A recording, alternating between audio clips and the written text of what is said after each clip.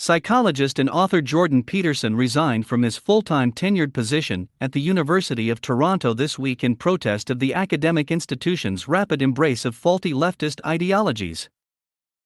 In a letter published in the National Post, Peterson recounted how U of T's diversity, inclusivity and equity mandates, or DIE, are ruining the school's commitment to promoting an environment that prioritizes learning, discussion, and true ideological diversity.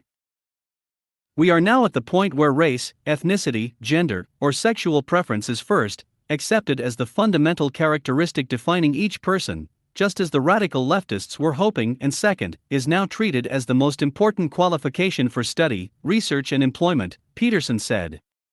Need I point out that this is insane? The problem, Peterson said, is widespread, infiltrating Hollywood and corporate offices alike. Diversity, inclusivity and equity, that radical leftist Trinity is destroying us, he continued. Wondering about the divisiveness that is currently besetting us? Look no farther than DIE. Wondering more specifically about the attractiveness of Trump? Look no farther than DIE. When does the left go too far? When they worship at the altar of DIE, and insist that the rest of us, who mostly want to be left alone, do so as well. Enough already. Enough. Enough. Peterson said that his university's DIE quotas have allowed administrators to overlook his white, male students who are well qualified to earn research positions simply because they are not minorities. This means we're out to produce a generation of researchers utterly unqualified for the job.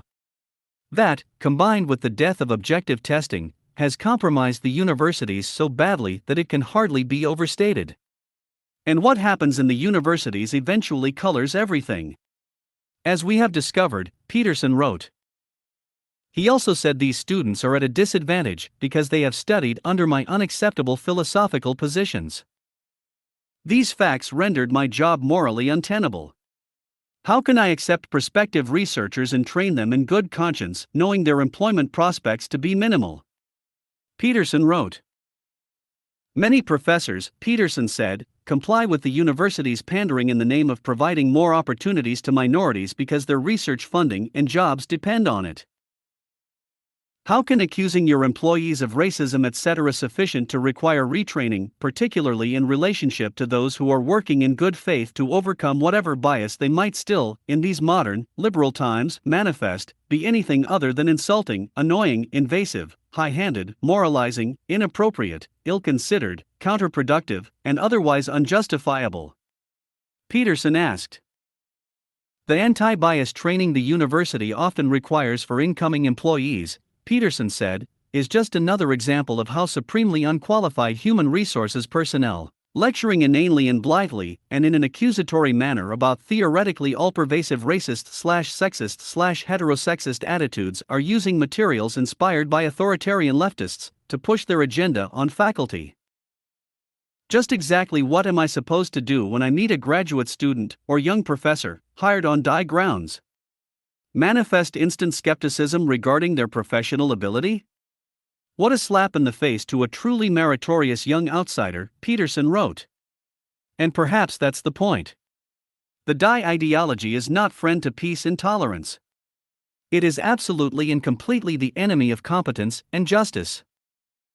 Peterson said the Canadian government has also embraced this woke madness, which was recently endorsed by Vladimir Putin himself, as a way the West moves backwards, instead of looking to the future.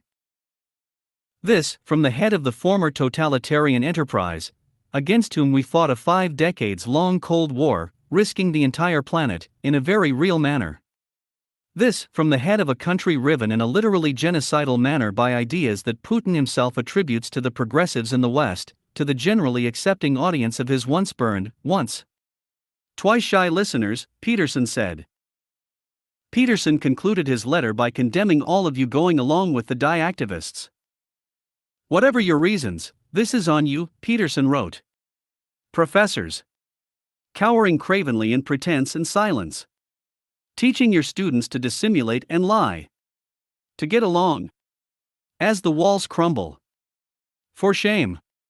CEOs, signaling a virtue you don't possess and shouldn't want to please a minority who literally live their lives by displeasure. You're evil capitalists, after all, and should be proud of it. At the moment, I can't tell if you're more reprehensibly timid even than the professors. Peterson questioned why no one is taking action to combat the very thing that is destroying us. Why the hell don't you banish the human resource upstarts back to the more appropriately named personnel departments, stop them from interfering with the psyches of you and your employees, and be done with it? Peterson wrote. Musicians, artists, writers, stop bending your sacred and meritorious art to the demands of the propagandists before you fatally betray the spirit of your own intuition. Stop censoring your thought. Stop saying you will hire for your orchestral and theatrical productions for any reason other than talent and excellence. That's all you have. That's all any of us have. He who sows the wind will reap the whirlwind. And the wind is rising.